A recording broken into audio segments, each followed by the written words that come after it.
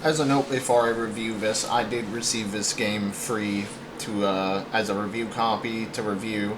I am a reviewer who firmly believes that the only way to get good games and to help developers make better games is by giving full, honest reviews and point out any issues and whatnot. Because if you just downplay the issues or you dick ride the developer, it doesn't get you anywhere. Intown Nightmares is an indie horror anthology game developed by Zero Game Studios, a one-man Russian studio, and their second game ever made. Intown Nightmares takes place in the town of Intown, where we learn in Chapter 0 that something that went wrong with a research facility has led to a string of strange events through multiple years. Chapter 0 has us following a woman left in a forced cabin to pick up mushrooms alongside a pig. Chapter 1 has us falling victim to a hazard spill at an apartment building that leads to an ever-growing mold. Chapter 2 feels very Silent Hill and Alan Wake-like, with the character being on a show, quote-unquote, and must come to terms with what he has done. There is a total of 5 chapters, some with multiple endings and multiple options that can lead you to different achievements and more. At the price of $7.49 USD on Steam, we'll dive into the game and see if it's a game you should snag with some pocket change for a quick nightly thrill. From gameplay to story, and take account on how many bugs exist before release and how well the game runs. Tally them up and give an overall score. For those listening on short platforms, if you want the TLDR, the game is overall ranked at a 7 out of 10. I do recommend playing it, as there is some leniency with this being the developer's second game that I can overlook. The story, ranked 5 out of 10, Intown Nightmares, follows 7 protagonists across 7 chapters with a prologue, the main 5 chapters, and an epilogue taking place from 1975 to 2026. The individual stories are inconsistent with our storytelling, and some chapters, such as chapters 0, 2, and 3, feel a bit too rushed, and some cutscenes happen so fast that you barely get to follow along.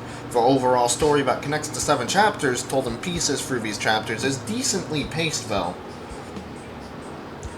with chapters 4 and 5 having great pacing overall. Each story follows a different theme and setting, from picking mushrooms in the woods near the Intown research facility to an apartment taken over by mold, to a man having to come to terms with his actions, a town swallowed in darkness, and one taken over by a blizzard that is akin to the day after tomorrow's freeze.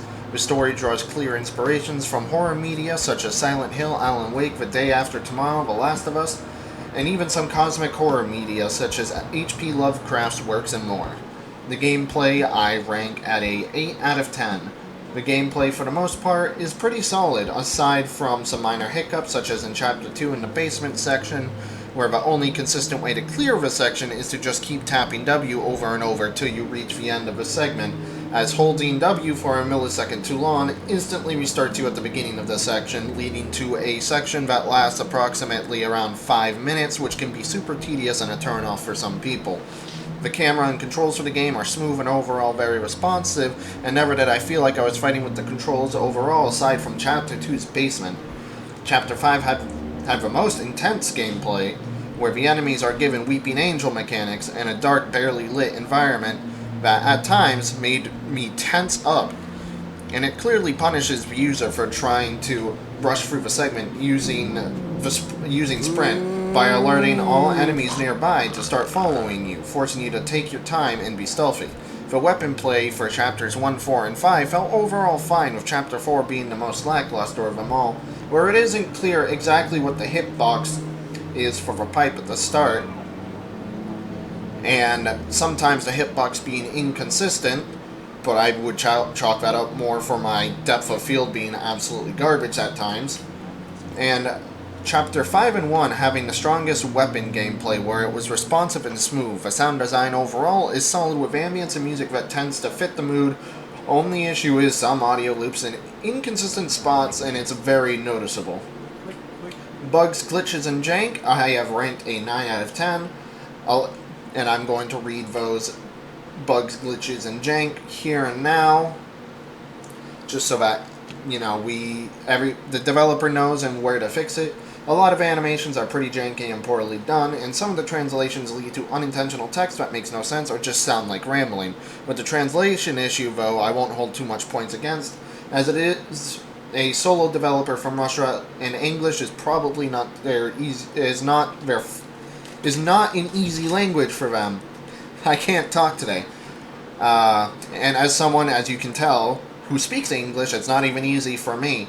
And as for the janky animations, I'm not going to take too many points off, because, again, it's their first 3D game, and 3D animation, unless you have a good amount of experience, can come off as janky if you aren't experienced. In Chapter 1, if you run at the corner of a kitchen table in your apartment where it meets the wall just right, you'll glitch out of bounds and into the void, forcing you to restart the chapter from the latest checkpoint. In the labyrinth of Chapter 2, if you walk backwards at the start, you can fall into the void below due to a lack of anything stopping you, and the only reason I found this out was out of curiosity if I could jump down into a hole. In Chapter 4, if you go through the portal device before it actually activates, you can soft lock yourself behind it and behind invisible walls. Overall, there weren't too many to be found on my playthrough, giving this section a solid clear with a 9 out of 10 ranking. The overall score that I am giving it is a 7 out of 10. All in all, Intown Nightmares is a decently solid attempt at a horror anthology game from a game developer who has only made 2 games and made a sudden jump from 2D to 3D, and is their first horror game project. I recommend picking up the game if you got some pocket change to spare for a quick horror thrill that'll not only support a one-man team trying their best, but help fund any future projects they plan to make. I look forward to seeing what they will be doing in the future.